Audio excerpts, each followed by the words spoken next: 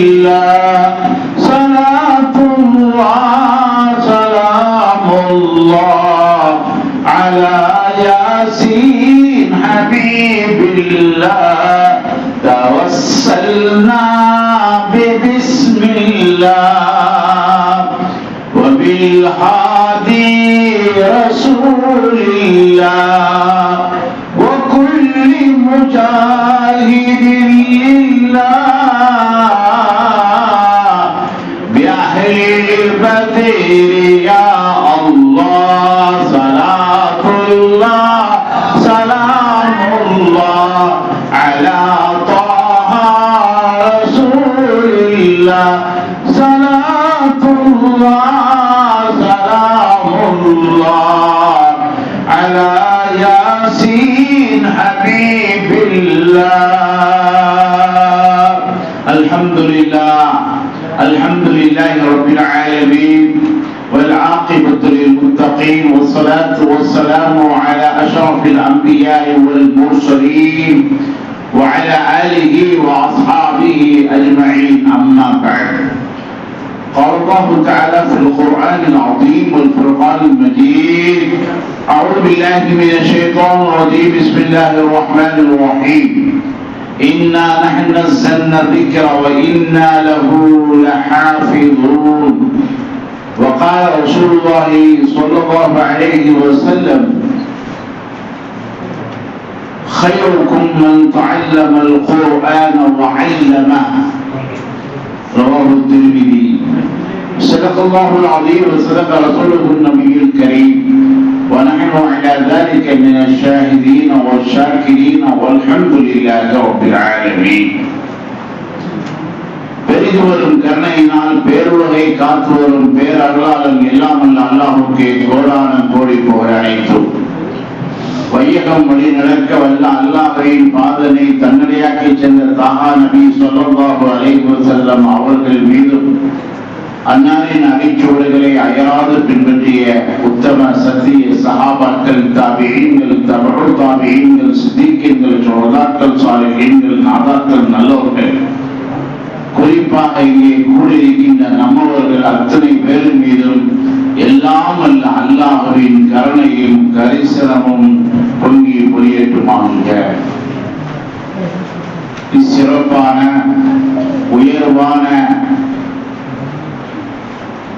நாமக்கலிலே இயங்கிக் கொண்டிருக்கக்கூடிய தாருல் உலூம் ரஷீதியா மதரசாவின் ஆண்டு விழா நிகழ்ச்சியிலே நாமெல்லாம் ஒன்று சேர்ந்து சிறப்பித்துக் கொண்டிருக்கிறோம். அல்ஹம்துலில்லாஹ்.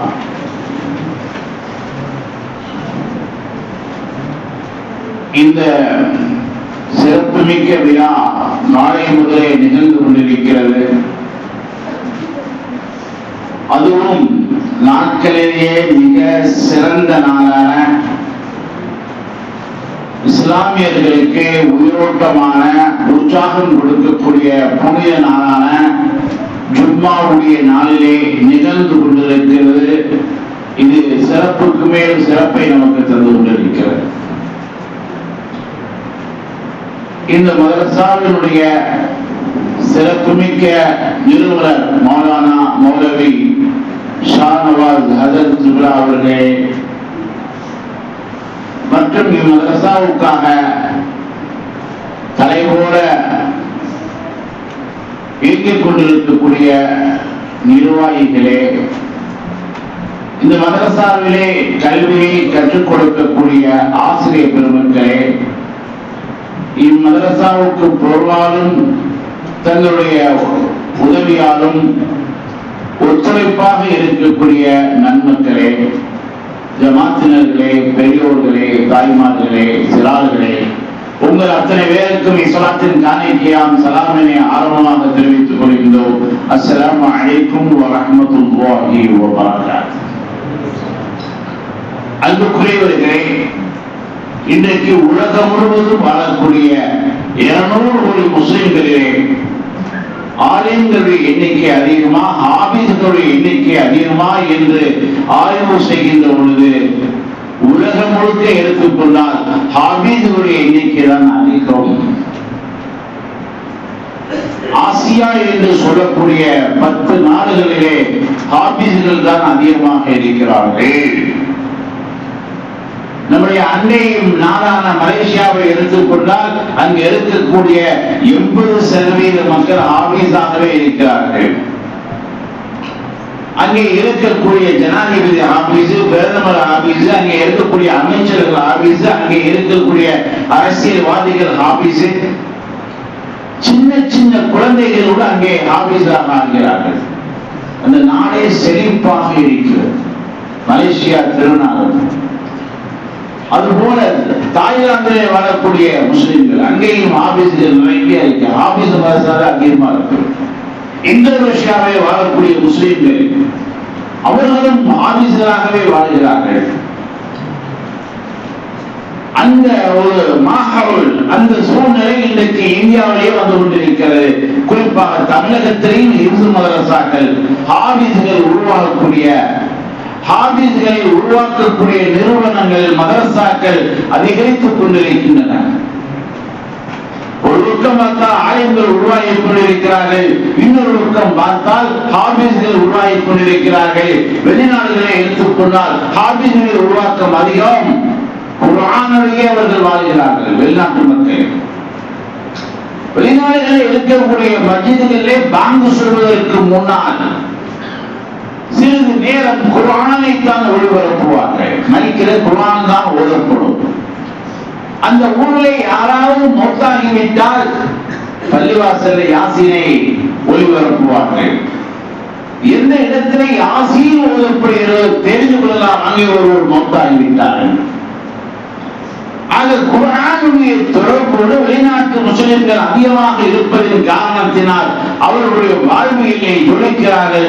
பொருளாதாரத்திலே அவர்கள் நிம்மதியாக இருக்கிறார்கள்.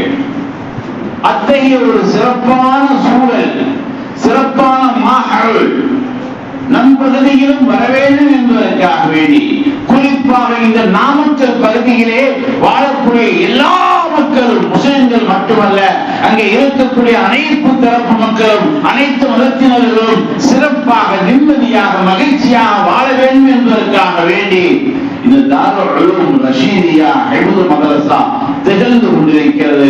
ஒவ்வொரு நாளும் இங்கே குர்ஆன் ஓதப்படுகிறது என்று சொன்னால் நபிகள் நாயகம் ஸல்லல்லாஹு அலைஹி வஸல்லம் அவர்கள் சொல்வார்கள், எந்த இடத்திலே குர்ஆன் ஓதப்படுகிறதோ இத்தஸஅஹு, அந்த இடத்திலே வாழக்கூடியவர்கள் விசாலமாக இருப்பார்கள், வசதியாக இருப்பார்கள்.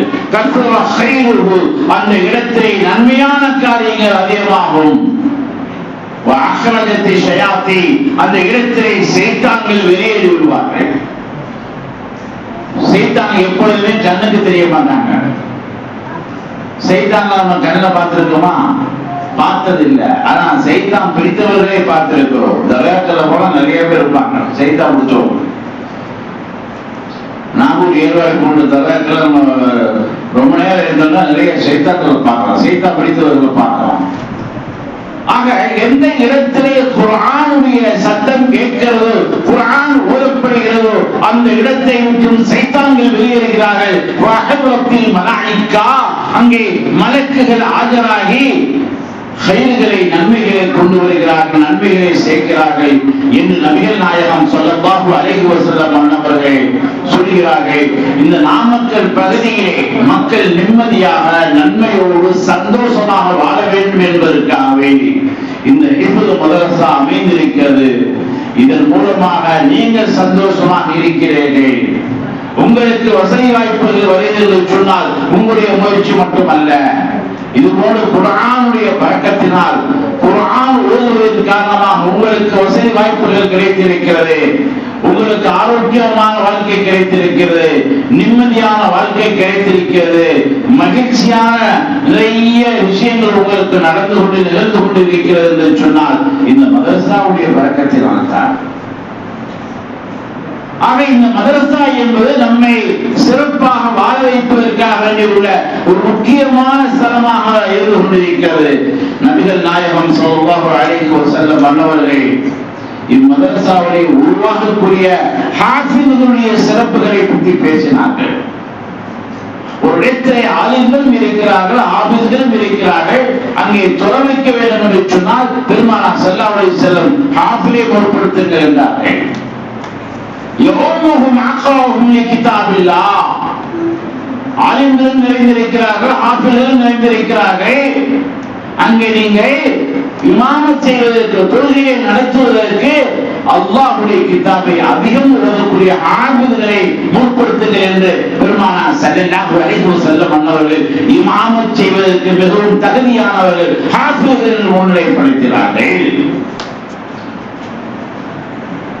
ஹாஃபிஸ்கள் இறந்து விட்டால் கூட பலர்கள் இறந்து ஹாஃபிஸ்களும் இறந்திருக்கிறார்கள்.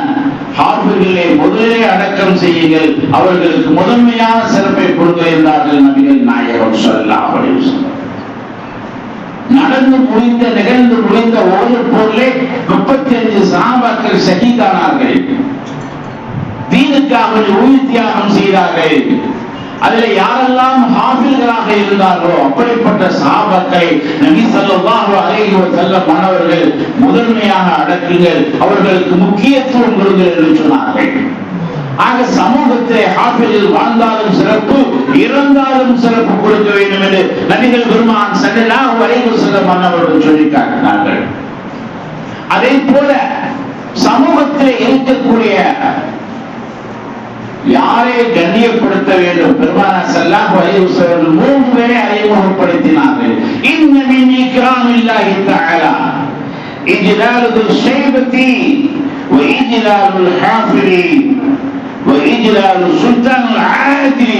பெருமானார் சொன்னார்கள், சமூகத்தில் இருக்கக்கூடிய 3 பேர்களை நீங்கள் கண்ணியம் செய்தால் நீங்கள் அல்லாஹ்வையே கண்ணியம் செய்கிறீர்கள் என்றார்கள். எவ்வளவு பெரிய அந்தஸ்து! சமூகத்தில் இருக்கக்கூடிய ஹாஃபில் குர்ஆனை நீங்கள் கண்ணியம் செய்தால் நீங்கள் அல்லாஹ்வை கண்ணியம் செய்கிறீர்கள். சமூகத்தில் இருக்கக்கூடிய வயதானவர்களை, குறிப்பாக நிறைய உள்ள வயதானவர்களை கண்ணியம் செய்தால் அல்லாஹ்வை கண்ணியம் செய்கிறீர்கள். சமூகத்தில் வாழக்கூடிய நீளமான தலைவர்களை, நேர்மையான சுல்தான்களை நீங்கள் கண்ணியம் செய்தால் நீங்கள் அல்லாஹ்வை கண்ணியம் செய்கிறீர்கள் என்று நபிகள் பெருமான் ஸல்லல்லாஹு அலைஹி வஸல்லம் அவர்கள் அன்றைக்கே சொல்லி காட்டினார்கள். ஆக ஹாஃபில்களை கண்ணியம் செய்வது என்று சொன்னால் ஒன்று முஸாபஹா செய்வது, அவர்களை கட்டித்தரும் முஆனகா செய்வது. இதற்கு மேலாக ஹாஃபில்களுக்கு நாம் பரிசுகளை கொடுத்து ஊக்கப்படுத்துவது. நிறைய சீரழிகள் பரிசுகள் கொடுத்தாங்க ஹாஃபில்களுக்கு. இதெல்லாம் ஹாஃபில்களுடைய கண்ணியம், அவர்களை கண்ணியப்படுத்தக்கூடிய ஒரு மாபெரும் செயலாக இருக்கிறது. நம்முடைய நன்மை பதிவேட்டிலே இன்னைக்கு இந்த ஹாஜியார ஹாஃபில்களுக்கு கண்ணியப்படுத்தினார்கள் எழுதப்படுகிறது. இது மாதிரி அமல்கள் தான் நாளை கியாமத்து நாளிலே நம்முடைய நன்மை திராசை கணக்க செய்யக்கூடியதாக இருக்கிறது. யாராருக்கும் நாம் அன்பளிப்பு கொடுக்கிறோம். திருமணத்துக்கு போகும்போதெல்லாம், நிக்காஹுக்கு போகும்போதெல்லாம் அன்பளிப்பு போல எடுத்துக்கொண்டே கொடுக்கிறோம். ஆனால் ஹிஃப்ல் பட்டமளிப்புள்ள ஆலிம் பட்டமளிப்புல வருகின்ற பொழுது நமக்கு அல்லாஹ் வசதியை கொடுத்திருந்தார், அத்தகைய ஒரு வாய்ப்பு கொடுத்திருக்கான். நம்ம மிகப்பெரிய ஒரு வியாபாரத்துக்கு சொந்தக்காரா இருக்கோம், மிகப்பெரிய நிறுவனத்துக்கு சொந்தக்காரா இருக்கோம், மிகப்பெரிய ஒரு வானகத்துக்கு இதுல கொஞ்சம் எடுத்துட்டு வந்து ஹாஃபில்களுக்கு பரிசுகள் வாங்கி அவர்களை சந்தோஷப்படுத்தினால், அவர்களை கண்ணியம் செய்தால், அவர்களை கௌரவப்படுத்தினால் எத்தகைய அந்தஸ்தை பெறுகிறோம் என்று சொன்னால் அல்லாஹ் சந்தோஷப்படுகிறான், அல்லாஹ் மகிழ்ச்சி அடைகின்றான் என்று நபிகள் நாயகம் ஸல்லல்லாஹு அலைஹி வஸல்லம் அவர்கள் சொல்லி காட்டினார்கள். இந்த ஹாஃபில்களுக்கு மாத்திரம் சிறப்பல்ல, இவர்களை பெற்றெடுத்த தாய் தந்தைக்கும் சிறப்பு இருக்கிறது. அல்லாஹு அக்பர். அது இன்றைய காலத்துல தாய் தந்தை தன்னுடைய பிள்ளைகளை ஹாஃபிதாக்கிறார்கள் என்று சொன்னால் மிகப்பெரிய தியாகம். அந்த காலத்துல 10-15 குழந்தைகள் பெற்றெடுப்பாங்க. நான் எங்க வீட்டுல 13வது, என் தங்கச்சி 14வது. 14 குழந்தைகளை என்னுடைய தாயார் பெற்றெடுத்தாங்க. இப்ப 2 குழந்தை 3 குழந்தை தான், அதுக்கு மேல நினைச்சு பார்க்க முடியாது. அப்படிப்பட்ட ஒரு விஞ்ஞான உலகத்திலே, ஒரு அறிவியல் உலகத்திலே வாழ்ந்துட்டு இருக்கோம். அறிவியல் வளர்ந்து எப்படி வளர்ந்துச்சு? குழந்தையை அதிகமா பெற்றெடுக்கல, தோல்வி அடைஞ்சிச்சு அறிவியல். 14 குழந்தைகளும் சுகப்பிரசவம், எல்லாம் வீட்டிலே இருந்துச்சு. அந்த காலத்திலே 10க்கு மேலதான் குழந்தை வைப்பாங்க. என்ன குழந்தை போயிட்டாங்க, எல்லாமே நல்லாதான் இருக்காங்க, எல்லாத்துக்கும் நல்லா ரிசல்ட் கொடுத்துருக்காங்க. ஆனா இப்ப உள்ள பேரண்ட்ஸுக்கு தான் பயந்துக்கிறாங்க. 2 குழந்தைக்கு மேல போனா இந்த குழந்தையுடைய நிலைமை என்ன ஆகும், என்னமோ அவங்க நிலைமை வேற மாதிரி ஆன மாதிரி. உங்களுக்கு நல்லா ரிசல்ட் கொடுக்குறானா இல்லையா, உங்களை வசதி வாய்ப்பா வச்சிருக்கானா, நீங்கள் பெற்றெடுக்கக்கூடிய குழந்தைகளையும் வசதி வாய்ப்பா வச்சிருக்கான். வசதி வாய்ப்பாக வைப்பான், ஆனா நம்பிக்கை இல்லை. ஆணுக்கு நம்பிக்கை இல்லை, பெண்ணுக்கு நம்பிக்கை இல்லை. ஒரு வீட்டுல ஒரு குழந்தை, ஒரு வீட்டுல 2 குழந்தை. அத்தகைய ஒரு நெருக்கடியான சூழ்நிலையை கூட தன்னுடைய ஆண் மகனை ஹாஃபிஸாக ஆக்குகிறார் என்று சொன்னால் எவ்வளவு பெரிய தியாகம். குர்ஆன் முழுவதையும் மனனம் செய்த ஒரு ஹாஃபிஸாக அவர் சிறப்பு பெறுகிறார் என்று சொன்னால் அவருடைய மனதிலே அந்த குர்ஆன் மீது எந்த அளவுக்கு அன்பும் காதலும் மேலோங்கி இருக்கிறது என்பதை சிந்திக்க வேண்டும். வீட்டுல ஒரே பையன் தான் இன்ஜினியர் ஆக்கியிருக்கலாம், டாக்டர் ஆக்கியிருக்கலாம், MBA படிக்க வச்சிருக்கலாம். ஆனா அதையெல்லாம் உதவி தள்ளிவிட்டு என் மகன் குர்ஆன் முழுவதையும் மனம் செய்த ஹாஃபிஸாக உலா வர வேண்டும், பள்ளிவாசல்களிலே ரமலான் மாதத்திலே தராவீஹ் நடத்தி அந்த மக்களுக்கு குர்ஆனுடைய வசனங்களை போய் சேர்க்க வேண்டும் நினைக்கிறாரே, ஒரு பெரிய தியாகம். ஒரு குழந்தை 2 குழந்தை அதை ஹாஃபிஸாக்கி அழகு பார்க்கிறார் என்று சொன்னார். அத்தகைய பெற்றோர்கள் இன்மையிலே மாத்திரமல்ல மறுமையிலேயும் சிறப்பு பெறுகிறார்கள். பெருமானார் ஸல்லல்லாஹு அலைஹி வஸல்லம் சொன்னார்கள், உல்பிஸ வாலிதாஹு தாஜன் யௌமல் கியாமா மின் நூரி. ரவாஹு அஹ்மத். கியாமத் நாளையிலே ஹாஃபிஸாக்கிய பெற்றோர்கள் தாய்களுக்கு அல்லாஹ் ஒளியினால் ஆன ஒரு கிரீடத்தை தலையிலே சூட்டுவான். கோடான கோடி மக்கள் கியாமத் நாளே நின்று கொண்டிருப்பார்கள். அதிலே ஹாஃபிஸுடைய பேரண்ட்ஸ்களுக்கு பெற்றோர்களுக்கு மாத்திரம் பிரகாசமான கிரீடம் தலையிலே அணிவிக்கப்பட்டிருக்கும். அவங்க தனியா தெரிவாங்க. இத்தகைய சிறப்பை இந்த ஹாஃபிஸுடைய பெற்றோர்கள் பெறுகிறார்கள் என்று சொன்னார். அது மாத்திரமல்ல,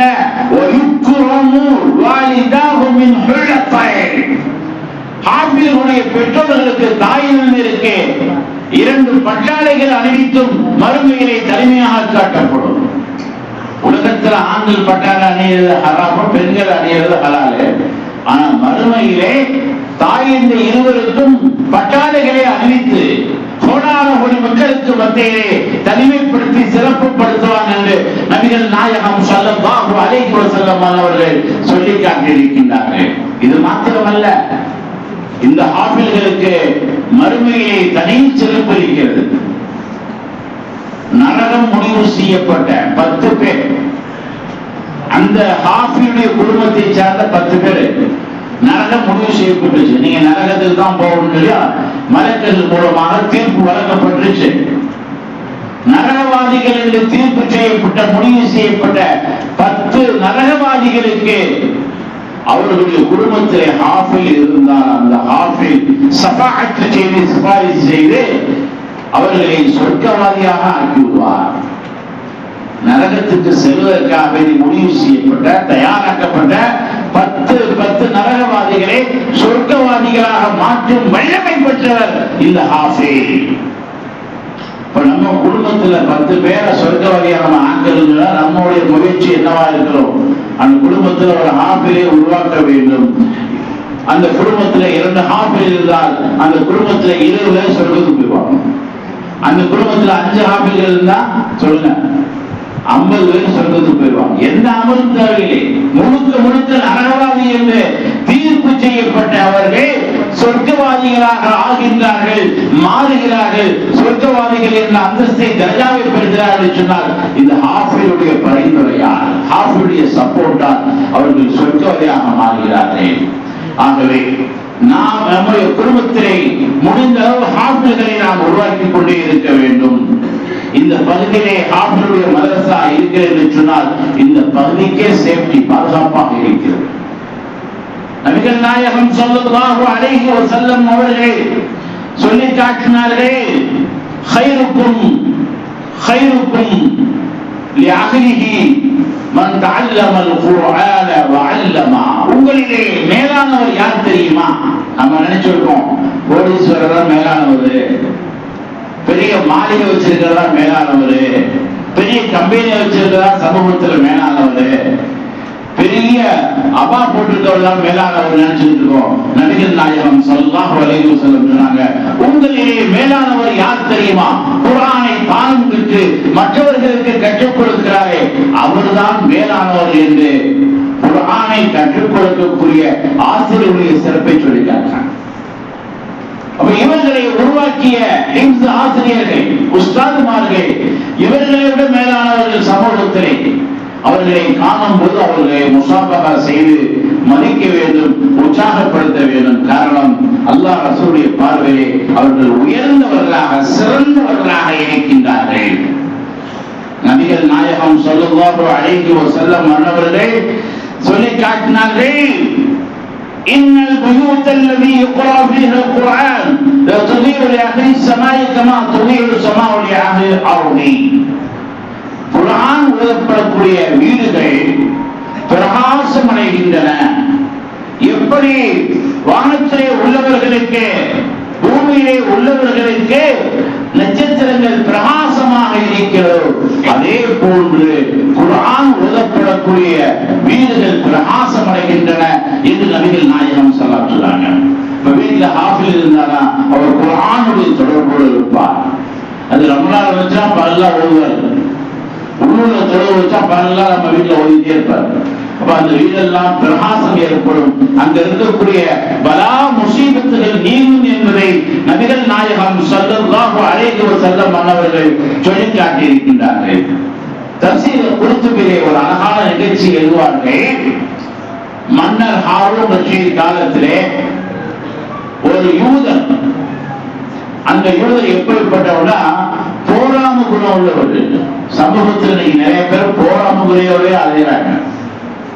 அவன் நல்லா இருக்க கூடாது, நல்லா இருக்க கூடாது, அந்த மாசம் நல்லா இருக்க கூடாது, இந்த மாசம் நல்லா இருக்க கூடாது. சமூகத்தில் சிலருக்கு போராம குணம் இருக்கும், எரிச்சல் குணம் இருக்கும். அந்த குணங்களை விட்டு அல்லாஹ் நம்மளை பாதுகாப்பானாக. நற்குணங்களை அல்லாஹ் நமக்கு மேலோங்க செய்வானாக, உயர்வுடை செய்வானாக. அருமையானவர்களே, மன்னர் ஹாரூன் ரஷீத் காலத்தில் வாழ்ந்த ஒரு யூதருக்கு போராம குணம் அவருடைய மனதில் நிரம்பிச்சு. குர்ஆனை முஸ்லிம்கள் தன் உயிரை விட மேலாக மதிக்கிறார்களே, இந்த குர்ஆனை எப்படியாவது மாற்ற வேண்டும், இந்த குர்ஆனை எப்படியாவது நாம் ஆயத்துகளை மாற்றி குர்ஆனுடைய புகழை கெடுக்க வேண்டும், குர்ஆனின் சிறப்பை மக்களுக்கு மத்தியிலே கெடுக்க வேண்டும் என்று சொல்லி ஒரு குர்ஆனை எடுத்துட்டு போய் குர்ஆனில் இருக்கக்கூடிய ஆயத்துக்களை எல்லாம் மாத்தி மாத்தி எழுதினார்.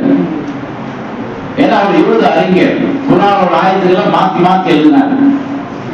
அது மாதிரி தௌராத் வேதத்தை எடுத்து மாத்தி மாத்தி எழுதினார். இன்ஜீல் வேதத்தை எடுத்து அதனுடைய வசனங்களையும் மாத்தி மாத்தி எழுதினார். ஜபூர் வேதத்தை எடுத்து அதனுடைய வசனங்களையும் மாத்தி மாத்தி எழுதினார். இப்படி பல சேஞ்சோட மாற்றத்தோட 4 வேதங்களையும் கைப்பட எழுதி கடைத்தெருவுக்கு கொண்டு வந்துட்டார். கடைத்தெருவில் இவர் எழுதி அந்த எழுத்தை பார்த்து, அந்த அழகிய வடிவத்தை பார்த்து மக்கள் தௌராத்தை வாங்கி சென்றார்கள், இன்ஜீலை வாங்கி சென்றார்கள், ஜபூரை வாங்கி சென்றார்கள். ஆனால் குர்ஆனை வாங்கக்கூடியவர்கள் 2 ஹாஃபிழ்கள், குர்ஆனை வாங்குவதற்காக இருப்பவர்கள் 2 ஹாஃபிழ்கள். குர்ஆனை திறந்து பார்க்கிறாங்க, ஆயத்தை மாத்தி மாத்தி எழுதியிருக்காரு. அவர் ஆயத்துகள் மாற்றப்பட்டு இருக்கிறது. இங்க இருக்கக்கூடிய ஆயத்தை அங்க இருக்கு, அங்க இருக்கக்கூடிய ஆயத்தை இங்க இருக்கு. அது மாதிரி வார்த்தைகளையும் மாத்தி மாத்தி எழுதியிருக்காரு. குர்ஆனிலே மாற்றம் செய்யப்பட்டு சேஞ்சிங் செய்யப்பட்டு இருக்கிறது. இதை பார்த்தவுடன் அந்த 2 ஆப்பிள்களுக்கும் கோபம் வந்துவிட்டது. உடனே அந்த மனிதருடைய நெஞ்சு சட்டையை பிடித்து கேட்டார்கள், நீ யார்? ஏன் குர்ஆனை இப்படி மாத்தி மாத்தி எழுதியிருக்கிறாய்? ஏன் குர்ஆனை இப்படி அட்டகாசம் செய்திருக்கிறாய்? ஆனால் அந்த எழுத்துக்கள் அழகா இருக்கிறது, தாள் அதிகம் அழகா இருக்கிறது, ஆனால் குர்ஆனில் இவ்வளவு மாற்றங்கள் செய்திருக்கிறாயே என்று அவருடைய நெஞ்சு சட்டையை பிடித்து முழுக்கி கேட்டார்கள். அப்பொழுது அவர் தேம்பி தேம்பி அழுகிறார். தௌராத்தில் இது மாதிரி மாற்றங்கள் செஞ்சு யூதர்கள் தௌராத்தை மௌனமாக வாங்கி சென்றார்கள். பைபிளை மாற்றி மாற்றி எழுதின கிறிஸ்தவர்களும் அமைதியாக வாங்கி சென்றார்கள். ஆனால் குர்ஆன் பாதுகாக்கப்பட்டிருக்கிறது, ஹாஃபிஸ்கள் மூலமாக பாதுகாக்கப்பட்டிருக்கிற கேள்விப்பட்டேன். அதை சோதிப்பதற்காக வேண்டி குர்ஆனிலே மாற்றி மாற்றி நான் எழுதினேன், ஆயத்துக்களை எல்லாம் திருப்பி திருப்பி எழுதினேன். ஆனால் நீங்கள் ஹாஃபிஸ்களாக இருக்கின்ற காரணத்தினால் அதை கண்டுபிடித்து விட்டீர்கள், அதை தெரிந்து விட்டீர்கள். நான் தப்பு செய்து விட்டேன், தவறு செய்து விட்டேன். குர்ஆன் என்றைக்குமே பாதுகாப்பானது, யாரும் அதை அழிக்க முடியாது, அதை மாற்ற முடியாது என்று நான் நம்புகிறேன். இந்த குர்ஆன் வழியிலே நானும் முஸ்லிம் ஆகிறேன் என்ற அந்த யூதன் அஷ்ஹது அல்லா இலாஹ இல்லல்லாஹ் வ அஷ்ஹது அன்ன முஹம்மதர் ரசூலுல்லாஹ் என்ற கலிமாவை ஓதி முஸ்லிமாக மாறுகிறார். அருமையானவர்களே, இந்த ஹாஃபிஸ்கள் மூலமாக இவர்கள் மாத்திரம் உயரவில்லை, இவர்கள் மூலமாக எத்தனையோ முஸ்லிம்களுடைய ஈமான் வலுப்பெறுகிறது, எத்தனையோ காஃபிர்கள் இஸ்லாத்துக்குள் சேருகிறார்கள். ஆக இங்கே நடக்கக்கூடிய இந்த ஹிஃபுல் மதரசா இருக்கிறது மிக மிக சிறப்பானது. அவர்களுக்கு மட்டும் சிறப்பு சேருவதில்லை, அங்கே இருக்கக்கூடிய அத்தனை மக்களுக்கும் சிறப்பு சேர்க்கிறது. அவர்கள் முஸ்லிம்களாக இருந்தாலும் சரி, அவர்கள் முஸ்லிம் அல்லாதவர்களாக இருந்தாலும் சரி, இந்த மதரசாவிலே ஓதக்கூடிய குர்ஆன் மூலமாக அவருடைய வாழ்க்கை செழிப்பாகிறது, சீராகிறது, விசாலமாகிறது. அவர்களுக்கு வரக்கூடிய பலா முசீபத்துகள் நீங்குகிறது, நெருக்கடிகள் நீங்குகிறது, கவலைகள் செல்கிறது. ஆக இந்த மதரசாவின் மூலமாக இப்பகுதியை நிம்மதியாக, மகிழ்ச்சியாக, சந்தோஷமாக மாறி என்று சொன்னால் இந்த மதரசாவுடைய சேவை எவ்வளவு முக்கியமானது. உலகத்திலே 2 பேருக்கு மாத்திரம்தான் அழிவே இல்லை. உலகத்தில் இருக்கக்கூடிய உயர்தரமான பள்ளிவாச காபத்துல்லாவோட கடைசி காலத்திலே இடிக்கப்படும் என்று ஹதீஸிலே வருகிறது. ஆனால் இந்த உலகத்திலே 2க்கு மாத்திரம் அழிவே இல்லை. ஒன்று அல்லாஹ்வுக்கு அழிவில்லை, இன்னொன்று அவனுடைய கலாம் ஷரீஃப் குர்ஆனுக்கு அழிவில்லை. இந்த காலத்திலே குர்ஆன் அது வானத்தின் பக்கம் உயர்த்தப்படும். உலகத்திலே எத்தனை குர்ஆன் இருக்கோ அத்தனை குர்ஆனும் வானத்தின் பக்கம் உயர்த்தப்படும் என்று நபிகள் நாயகம் ஸல்லல்லாஹு அலைஹி வஸல்லம் அவர்கள் சொன்னார்கள். உலகத்திலே எல்லா பொருளுக்கும் எக்ஸ்பைரி இருக்கிறது, எல்லா பொருளுக்கும் காலாவதி இருக்கிறது. காலாவதி இல்லாத 2 இருக்கிறது. ஒன்று அல்லாஹ் ஜல்லஷானஹு தஆலா, அவனுக்கு காலாவதி இல்ல. இன்னொன்று எக்ஸ்பைரி ஆகாத ஒரு பொருள் இருக்கிறது சொன்னால் அது குர்ஆனாக இருக்கிறது. குர்ஆனுக்கு எக்ஸ்பைரி இல்ல. எல்லாமே உலகத்தில் அழியும், குர்ஆன் அழிக்கப்படாது, குர்ஆன் உயர்த்தப்படும். ஆக உலகத்திலே உலகம் முழுவதும் பாதுகாக்கப்பட்ட, மஹ்பூஸாக பாதுகாக்கப்பட்ட ஒரு வேதமாக குர்ஆன் இருக்கிறது. அந்த குர்ஆனை தான் இந்த ஹாஃபிஸ்கள் இன்றைக்கு முழுவதும் மனனம் செய்திருக்கிறார்கள் என்று சொன்னால் எவ்வளவு சிறப்புக்குரியவர்கள். சஹாபாக்களிலேயே சிறுவராக இருந்த ஹஜ்ரத் இப்னு அப்பாஸ் ரலியல்லாஹு தஆலா ஆனால் சிறப்பிலே பெரியவராக இருந்தார்கள். வயதிலே குறைந்தவராக இருந்தாலும் அவர்கள் கல்வியிலையும் சிறப்பிலையும் எல்லா சஹாபாக்களை உயர்ந்தவராக இருந்தார்கள் ஹஜ்ரத் இப்னு அப்பாஸ். அதற்குரிய காரணங்களே ஒன்று எழுதுவார்கள், யுகப்பில் குர்ஆன ஆகிதம் பியதி, தன் கையிலே குர்ஆனை எடுக்கும் போதெல்லாம் குர்ஆனை முத்தமிடக்கூடியவராக இருந்தார்கள் ஹஜ்ரத் இப்னு அப்பாஸ் ரலியல்லாஹு தஆலா. ஆக குர்ஆனை நாம் மதிக்க வேண்டும். நம்ம ஓதுறோமோ இல்லையோ, பள்ளியாசலுக்கு வந்தா குர்ஆனை எடுத்து என்ன செய்யுங்க, முத்தமிடும். இது சஹாபாக்களுடைய சுன்னத்தாக இருக்கிறது. அது நம்முடைய உயர்வுக்கு காரணமாக இருக்கிறது. மேலும் முத்தமிட்டு சொல்வார்கள், ஹாதா கலாம் ரப்பி, ஹாதா சிஃபாத் ரப்பி, ஹாதா குர்ஆனில் அஸீம். இது என்னுடைய ரப்புடைய கலாமாக இருக்கிறது, இது என்னுடைய ரப்புடைய தன்மைகளாக இருக்கிறது, இந்த குர்ஆன் மகத்தானதாக இருக்கிறது என்று மனதார அந்த குர்ஆனை புகழ்வார்கள், வாழ்த்துவார்கள். இதன் காரணமாக ஹஜ்ரத் இப்னு அப்பாஸ் ரலியல்லாஹு தஆலா அன்ஹு அவர்கள் இன்றைக்கு உலகம் முழுவதும் 200 கோடி முஸ்லிம்களாலும் பேசப்படக்கூடியவர்களாக, எத்தனையோ லட்சம் சஹாபாக்கள் வந்தாங்க. அவங்கள ஹஜ்ரத் இப்னு அப்பாஸ் ரலியல்லாஹு அவர்களை அறியாத முஸ்லிம்களே இல்லை என்று சொல்லக்கூடியவர்களுக்கு அவர்கள் உயர்வடைந்தார்கள் சொன்னால் அவர்கள் குர்ஆனுக்கு கொடுத்த மரியாதையின் காரணமாக உயர்வடைந்திருக்கிறார்கள். ஆகவே நாம் வாழுகின்ற பொழுது குர்ஆனோடு வாழ வேண்டும். ஒரு முஸ்லிமுடைய வீடு ஒரு காபிருக்கு வாடகைக்கு விடுறாங்க. ஏன்னா அந்த பகுதியில காபிர்கள் தான் அதிகம், முஸ்லிம் வீடு கிடைக்காது, அங்க யாரும் முஸ்லிம் வாழ மாட்டேங்கிறாங்க. ஒரு காபிருக்கு வாடகைக்கு விடுறாங்க. அவரு குடி வந்துட்டாரு. வந்து பார்த்தா வீட்டுக்குள்ள குரான் இருக்கு. அந்த காபீர் குரானை பத்தி ஏற்கனவே தெரிஞ்சவர். குரான் முஸ்லிம்களுடைய வேதம், வேதங்களிலேயே மகத்தான வேதம். அதுல வாழ்வியல், அரசியல், பொருளியல் எல்லாத்த பத்தியுமே சொல்லப்பட்டிருக்கு அப்படின்னு சொல்லி அந்த காபீர் ஏற்கனவே குரானுடைய மகத்துவங்களையும் அதனுடைய உயர்வுகளையும் சிறப்புகளையும் முஸ்லிம் நண்பர் மூலமா அறிஞ்சு வருது. குரானை பார்த்தோம்னா அவருக்கு அப்படியே ரொம்ப அன்னைக்கு குரானை பார்க்கிறாரு. இங்கிலீஷ்ல எழுதியிருக்கு குரான். குரானை பார்த்தோட அவருக்கு ரொம்ப சந்தோஷமாயிடுச்சு. இந்த குரானை பத்தி நம்ம எவ்வளவு சிறப்பா வழங்கியிருக்கோம், நம்ம வீட்டிலேயே இந்த குரான் இருக்கே அப்படின்னு சொல்லி அந்த குரானை எடுத்து அவர் நினைச்சாரு, முத்தப்பிட்டார், நெஞ்சோட அணைச்சுக்கிட்டார். அந்த குரானை அவர் என்ன செய்யல, அந்த வீட்டுக்கார முஸ்லிம்களுக்கு கொடுக்கல, சொல்லவங்களுக்கு கொடுக்கல.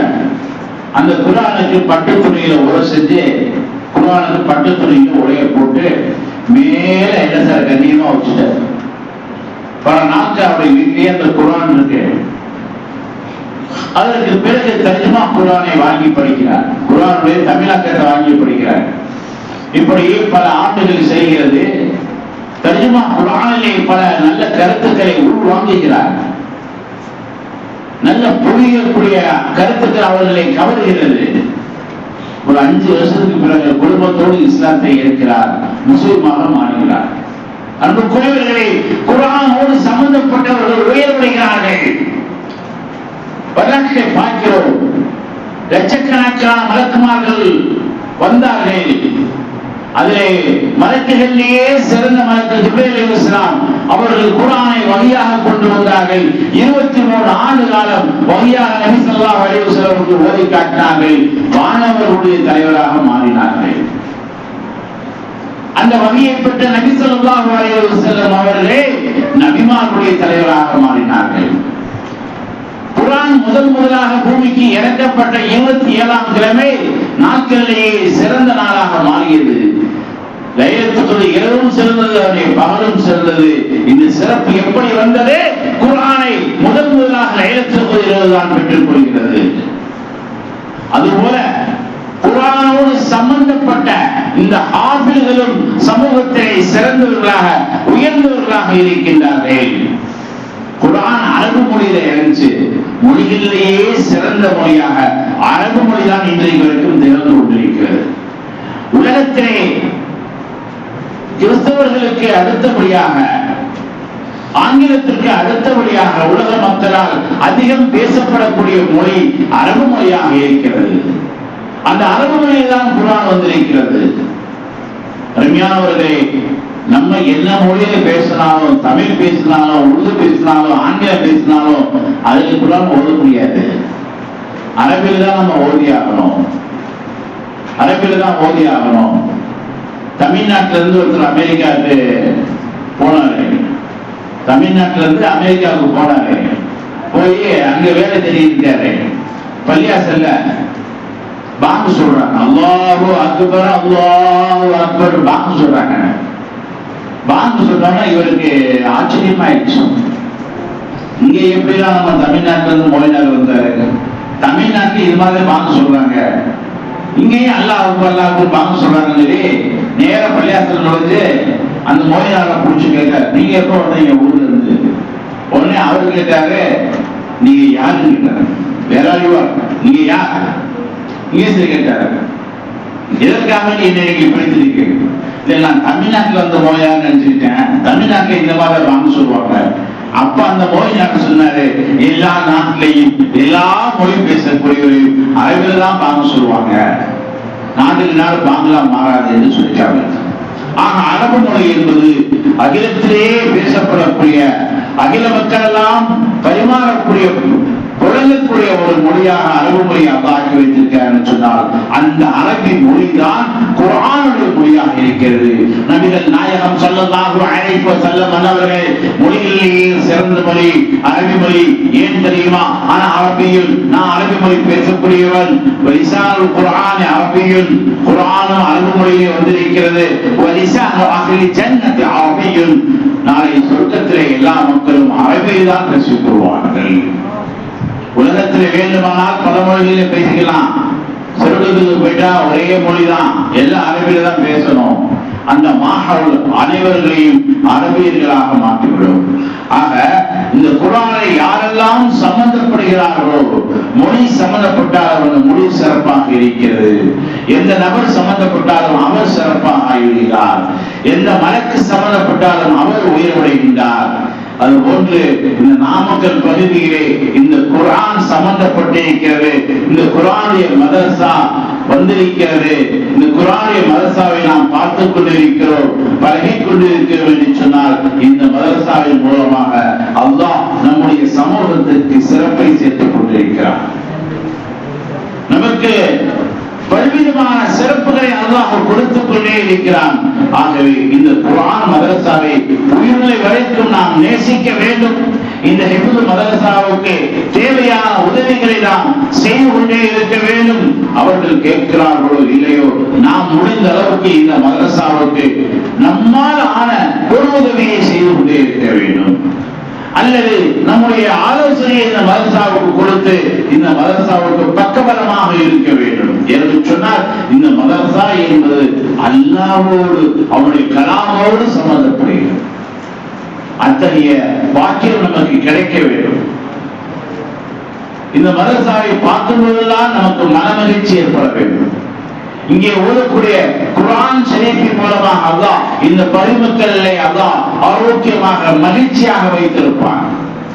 அவர்களுக்கு பொருளாதாரத்திலையும் அவருடைய எல்லா நிலைகளையும் உயர்வை கொடுப்பான். அவருடைய வியாபாரத்திலே பரக்கத்து கொடுப்பான். காரணம், இங்கே குர்ஆன் ஓதப்படுகிறது. அவருடைய வியாபாரம் செழிப்பாக இருக்கும், அவருடைய குடும்பம் மகிழ்ச்சியாக இருக்கும், குறிப்பாக அவருடைய பிள்ளைகள் மகிழ்ச்சியாக இருப்பாங்க. வருங்காலத்திலே உங்களுடைய பிள்ளைகளையும் இங்கே நீங்கள் அனுப்பி ஹாஃபிஸாக்குங்கள். வெளிநாடுகளில் பெரிய பெரிய அதிகாரிகள் ஹாஃபிஸா இருப்பாங்க.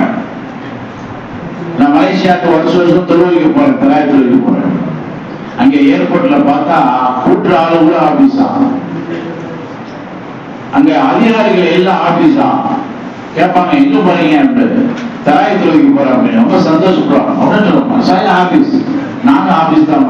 பெரிய அதிகாரியா இருப்பாங்க, சந்தோஷப்படுவாங்க. ஆக வெளிநாடுகளில் இருக்கக்கூடிய முஸ்லிம்கள் குறைந்த அளவு ஹாஃபிஸாவது ஆகிவிடுகிறார்கள். அதற்கு பிறகு படித்து பெரிய அதிகாரி ஆகிறாங்க, அது வேற விஷயம். ஆனா நம்ம நாட்டுல நிறைய பேர் அதிகாரி ஆகிறாங்க, பெரிய பெரிய பதவியில போறாங்க, பெரிய பெரிய வியாபாரம் நடத்துகிறார்கள், ஆனா ஹாஃபிஸா இல்லையே.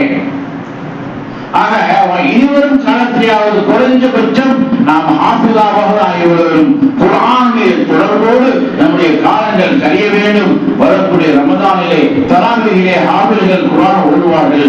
அதை ஆரம்பம் முதல் இறுதி வரைக்கும் கேட்கிறோம். சில நாள் கடைசி தராவீஹ் கடைசியில் வந்துருவாங்க. கடைசி 2 ரக்காத்து 20 ரக்காத்து ஒரு மாதிரி ஒரு நடிப்போடு போயிடுவாங்க.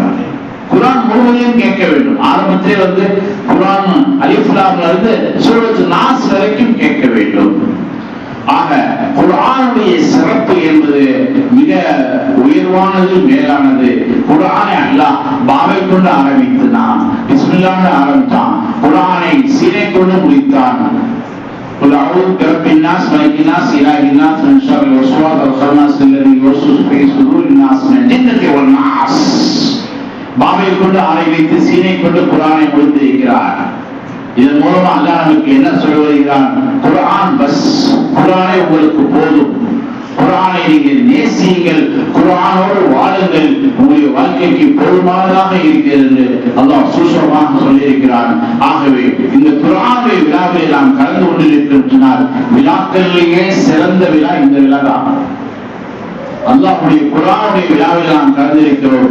எல்லாம் அல்ல அல்லாஹ் இந்த விழாவிலே கலந்து கொண்ட வரக்கத்தினால் நம்முடைய வாழ்க்கையிலே இனிவரும் தருணங்களிலே இனிவரும் காலங்களிலே நல்ல மாற்றத்தை கொடுப்பானாக. நமக்கு அல்லாஹ் வரக்கத்தான வாழ்க்கையை தந்துடுவானாக. நம்முடைய வாழ்க்கையிலே ஏற்பட்டிருக்கின்ற சிரமங்களை, சிக்கல்களை, நெருக்கடிகளை அல்லாஹ் நீக்கி வைத்து நம்முடைய வாழ்க்கையை உயர்வாக, சிறந்ததாக, மேலாதாக ஆக்கிடுவானாக. நம்முடைய வீட்டில் இருக்கக்கூடிய பெண் பிள்ளைகளுக்கு நேர்மையான, அழகான, நல்ல மணமகன்களை தந்துடுவானாக. நம்முடைய நம்முடைய வீட்டில் இருக்கக்கூடிய ஆண் மக்களுக்கு சிறந்த சாலிகான பெண்களை ஜோடியாக ஆக்குவானாக. நாம் செய்யக்கூடிய தொழில்களிலே வியாபாரங்களிலே அல்லாஹ் ரப்பல் ஆலமீன் அபரிதமான பரக்கத்துகளை தந்துடுவானாக. நம்முடைய உடல் சரீரத்திலே ஆரோக்கியமான நிலைகளை அல்லாஹ் அதிகமாக்குவானாக. யாரெல்லாம் நோயாளிகளாக சிரமப்படுகிறார்களோ அவருடைய நோயிலிருந்து நீக்கி சிவாவை கொடுத்து அவர்களுக்கு முழுமையான ஆரோக்கியத்தை தந்துடுவானாக. அவர்கள் பேசக்கூடிய நடக்கக்கூடிய அத்தனை செயல்களையும் அல்லாஹ் ரப்பல் ஆலமீன் நேர்மையை வெளிப்படைத்தன்மையை அல்லாஹ் தந்துடுவானாக. நாம் வாழும் காலமெல்லாம் நம்முடைய குடும்பத்திற்கு உதவியாக இருப்பதை போன்று எல்லா முஸ்லிம்களுக்கும் குறிப்பாக ஆளுங்களுக்கும் ஆப்பிள்களுக்கும் உதவி செய்யக்கூடிய நேசிக்கக்கூடிய மக்களாக நம் அத்தனை பேரையும் அல்லாஹ் ஆக்கி அருள்வானாக. இந்த விழாவை அல்லாஹ் கபூல் செய்வானாக. இந்த மதரசாவை நடத்தக்கூடிய மௌலானா ஷா நவாஸ் அவர்களுக்கு என்றுமே நாம் உறுதுணையாக ஒத்துழைப்பாக ஆதரவாக இருக்க அல்லாஹ் கிருபை செய்வானாக. நம்மால் முடிந்த அளவு இந்த மதரசாவுடைய உயர்வுக்கும் இந்த மாணவர்களுடைய நல்வாழ்விற்கும் உதவியாளர்களாக உபகாரம் செய்யக்கூடியதாக அல்லாஹ் நம் அனைவரையும் ஆக்கி அருள்வானாக. இந்த ஹிஃப்ஸ் மதரசா இனிவரும் காலங்களிலே மிகப்பெரிய ஒரு அரபிக் கல்லூரியாக மாறி இங்கிருந்து ஆலிம்களும் முஃப்திகளும் காரிகளும் உருவாகக்கூடிய அளவுக்கு உங்களுடைய உறுதுணையை உங்களுடைய ஆதரவை அல்லாஹ் மேலும் மேலும் பெருக்கி தந்துடுவானாக. உங்களுடைய மனதிலே அத்தகைய அபிலாஷங்களை ஆசைகளை அல்லாஹ் உருவாக்குவானாக. ஹிஃப்ஸ் மதரசா மட்டும் போதாது, இங்கே ஒரு மதாஹிரும் அரபிக் கல்லூரி உருவாக வேண்டும், இங்கே ஒரு நூருல் இஸ்லாம் அரபிக் கல்லூரி உருவாக வேண்டும், இங்கே தாவூதியா அரபிக் கல்லூரி போன்று இங்கே ஒரு கல்லூரி உருவாக வேண்டும். மிகப்பெரிய ஸ்தாபனமாக இது மாற வேண்டும். அதற்குரிய காரணமாக அதற்கு ஒரு உறுதுணையாக அல்லாஹ் நம் அனைவரையும் ஆக்கி அருள்வானாக. வெகு சீக்கிரத்திலே இதற்குரிய கட்டட பணிகள் நிறைவேறுவதற்கு நாம் எல்லாம் உதவியாக இருக்க வேண்டும். அதன் தேவைகளை நம்மூலமாக சேர்க்க வேண்டும். அல்லாஹ் ரப்பல் ஆலமீன் இங்கே வந்திருக்கக்கூடிய செல்வந்தர்களை இந்த மதரசாவுக்கு ஒரு உறுதுணையாக ஒத்துழைப்பாக ஆதரவாக ஆக்கி அருள்வானாக. இம்மதரசாவுடைய தேவைகளை பூர்த்தி செய்யக்கூடிய நல்லடியார்களாக அல்லாஹ் ஆக்கி அருள்வானாக. தானே முன்வந்து இம்மதரசாவுடைய தேவைகளை பூர்த்தி செய்து தன்னுடைய மறுமை வாழ்க்கையை நன்மைக்குரியதாக மேன்மைக்குரியதாக ஆக்க அல்லாஹ் அருள் புரிவானாக. ஆமீன் ஆமீன். வாஹிர் தாவானா அல்ஹம்துலில்லாஹி ரப்பில் ஆலமீன்.